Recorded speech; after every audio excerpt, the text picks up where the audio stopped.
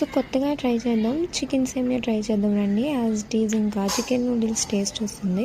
So first చికెన్ని బాగా wash చేసుకొని దాంట్లో chilli powder, salt, ginger garlic paste ఈ 3 బాగా వేసుకొని బాగా కలుపుకోవాలి. ముక్కలన్నీ బాగా పట్టేటట్టు కలుపుకోవాలన్నమాట. కలుపుకొని కొంతసేపు పక్కన పెట్టాలి. పక్కన పెట్టే ముందు అందులో ఆయిల్ వేసి గ్రీన్ చిల్లీస్ కూడా యాడ్ చేయాలి. కొంచెం టేస్ట్ వస్తుందన్నమాట. సో మ్యారినేట్ చేద్దాం ఒక 15 మినిట్స్ మ్యారినేట్ చేసిన తర్వాత మళ్ళీ ఒకసారి తీసుకొని బాగా మిక్స్ చేసుకోవాలి. మిక్స్ చేసుకున్న తర్వాత మనం స్టవ్ వెలిగించి కడాయి పెట్టుకోవాలి. కడాయి పెట్టి అందులోని సేమియాని యాడ్ చేసుకోవాలన్నమాట. సేమియాని రోస్ట్ చేసుకుంటాం కదా, సో రోస్ట్ చేసుకొని సేమియా కొంచెం గోల్డెన్ బ్రౌన్ కలర్ వచ్చేంత వరకు వేయించుకొని సో అది ఒక ప్లేట్లోకి ట్రాన్స్ఫర్ చేసుకొని పక్కన పెట్టుకోండి.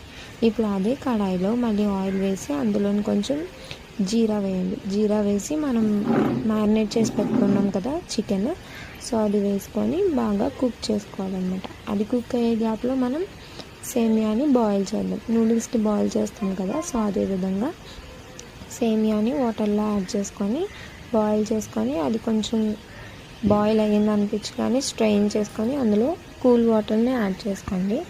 యాడ్ చేసుకున్న వెంటనే చికెన్ బాగా ఫ్రై అయిపోతుంది కదా, సో ఫ్రై అయిపోయిన వెంటనే మనం యాడ్ చేసి పెట్టుకున్న సేమియా ఉంది కదా, సో సేమియాని యాడ్ చేసుకోండి. మీకు సోయా సాస్ ఉంటే వేసుకోండి, సో లేదంటే స్కిప్ చేయొచ్చు నాలాగా. సో ఇంకంతే. చిల్లీ పౌడర్, సాల్ట్ మనం ఇక్కడ అడ్జస్ట్ చేసుకొని వేసుకొని సో గార్నిష్ కోసం లైట్గా కొత్తిమీర వేసుకొని పక్కన పెట్టేసుకొని ప్లేట్లోకి సర్వ్ చేసుకుంటే ఆనియన్స్తో తింటే ఇంకా బాగుంటుంది.